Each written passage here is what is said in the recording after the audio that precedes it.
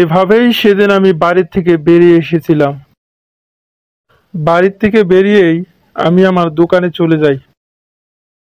সেদিন আমি রাত 1টার দিকে দোকান থেকে বাড়ি ফিরছিলাম। মা এমন ভাবে বলল যেন আমি সারাদিন ঘুরে বেড়াই।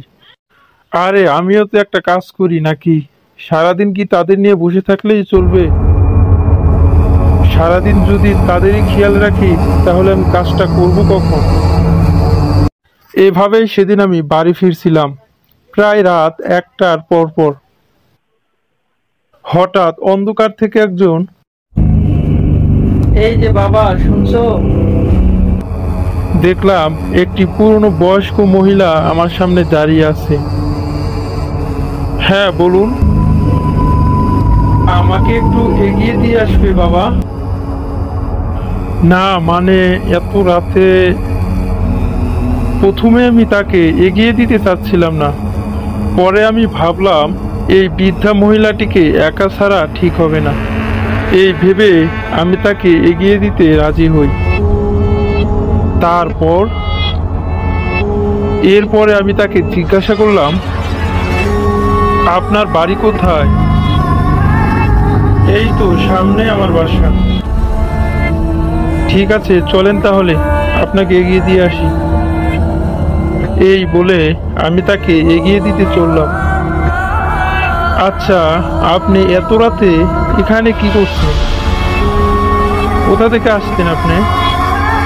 আমি আমার ছেলের বাড়ি থেকে আসছিলাম। তা এত রাতে একা এখন কার বাড়ি যাচ্ছেন? তা আপনার সাথে কেউ আসেনি? এখন আমার নিজের বাড়িতে ফিরে যাচ্ছি।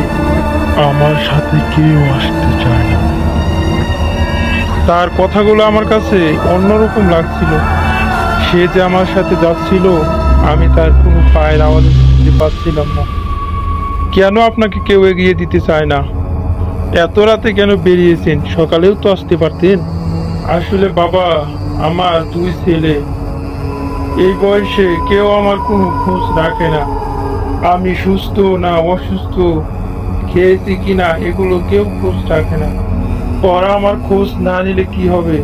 আমি তো মা, আমি তো আর ওদের খোঁজ না নিয়ে থাকতে পারি না। তাই আমি ওদেরকে দেখতে যাই, দেখে আবার চলে আসি।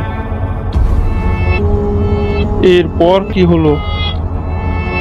এরপর আমি তাকে জিজ্ঞাসা করলাম, আচ্ছা আন্টি, আপনি একাই এসেছেন? আঙ্কেল আপনার সাথে আসেনি? না বাবা, সে বাসাতে আছে। তখন আমি আমার বাসায় যাওয়ার রাস্তা থেকে অনেকটা দূর এসেছি। একটু সামনে খেয়াল করতেই দেখলাম যে একটা কবরস্থান।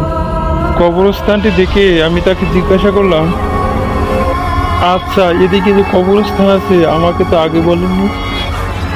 আসলে কবরস্থানের শেষ প্রান্তে আমার বাসা, ওখানে আমরা দুজন থাকি। তা আপনারা গ্রাম ছেড়ে এত দূরে কবরস্থানের পাশে থাকেন, আপনাদের ভয় করে না? আমাদের আবার কি? এখানেই তো আমাদের থাকার জায়গা। আজ থেকে 5 বছর আগে আমাদের ছেলেরা আমাদেরকে এখানে রেখে গেছে। কি আপনার কথা হঠাৎ এরকম হয়ে গেল কেন? তখনই আমি পিছনে ঘুরে দেখলাম একটা মাথা কাটা দেহ দাঁড়িয়ে আছে, আর তার হাতে আমার মার মাথাটা দেখতে পেলাম।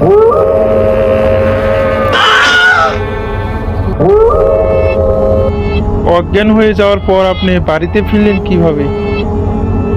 সকাল হতেই ওখানকার কিছু লোক আমাকে উদ্ধার করে বাড়িতে দিয়ে আসে।